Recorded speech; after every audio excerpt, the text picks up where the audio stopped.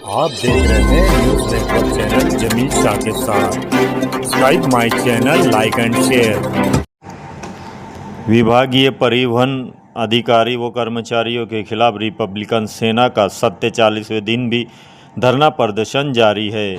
अगर हमारी मांग पर कोई कार्रवाई नहीं की गई तो रिपब्लिकन सेना की ओर से ये धरना प्रदर्शन जारी रहेगा। ऐसी मालूमात रिपब्लिकन सेना के जिल्हा अध्यक्ष समाधान बैसाने ने पत्रकारों को दी। सगळ्यांना माझा नमस्कार।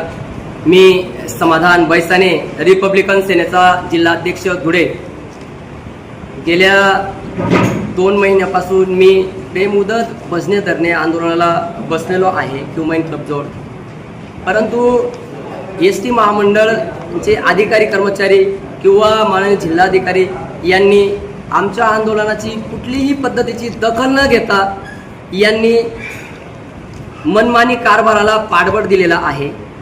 आज दिनांक 26/6/2026 रोजी मी पत्रकार परिषद घेतलेली आहे आणि या पत्रकार परिषदमध्ये माझ्या ज्या काही मागण्या आहेत, जे काही मुद्दे आहेत, सरळ आहे की जो अधिकारी कर्मचारी पदाचा गैरवापर करून आजही खुर्चीवरती बसलेला आहे आणि मी न्याय हक्कासाठी 2 महिन्यापासून बसलेलो आहे, तर माझ्यावर खोटे नाटे आरोप करून गुन्हे दाखल करण्यात आलेले आहे।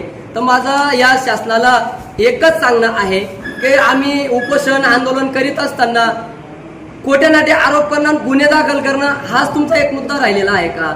संबंधित अधिकारी कर्मचारी जे काही आहेत, हे सौरभ देवरे यांनी पदाचा गैरवापर केलेला आहे।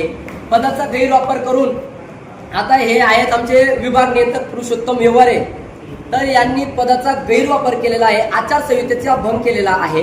आचारसंहितेमध्ये जिल्हा पातळीवर यांनी बदली केलेली आहे, परंतु संबंधित अधिकारी कर्मचारीवर कुठल्याही पद्धतीचं कारवाई न करता उलट त्याला पाठबळ दिलं जात आहे।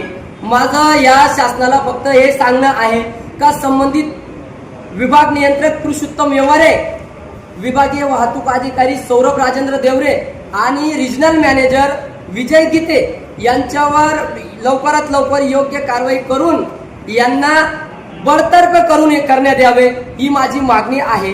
जर या पत्रकार परिषद नंतर 3 दिवसात जर मला न्याय भेटला नाही किंवा या संबंधित अधिकाऱ्याला बडतर्फ केलं नाही, तर मी समाधान बैसाने, रिपब्लिकन सेनेचा जिल्हा अध्यक्ष, बाबासाहेबांच्या स्मारकापासून धुळे इथून हे आंदोलन चालू करणार आहे, या पुतळ्याला घेऊन। आणि संबंधित अधिकारी म्हणजे विभाग नियंत्रक यांच्या कार्यालयाबाहेर मी हे पुतळ्यांचं आत्मदहन करणार आहे। कारण आम्ही स्वतः आत्मदहन केल्याने आमच्यावर गुन्हे दाखल झालेत। संबंधित अधिकारी भ्रष्ट अधिकारी आहेत, तर यांना का म्हणून मी यांचं हे करू नको, आंदोलन करू नको, यांना मी पेटवू नको पेट्रोल टाकून। संबंधित अधिकारी कर्मचारी लवकरात लवकर कारवाई व्हावी, हीच माझी इच्छा आहे। नमस्कार।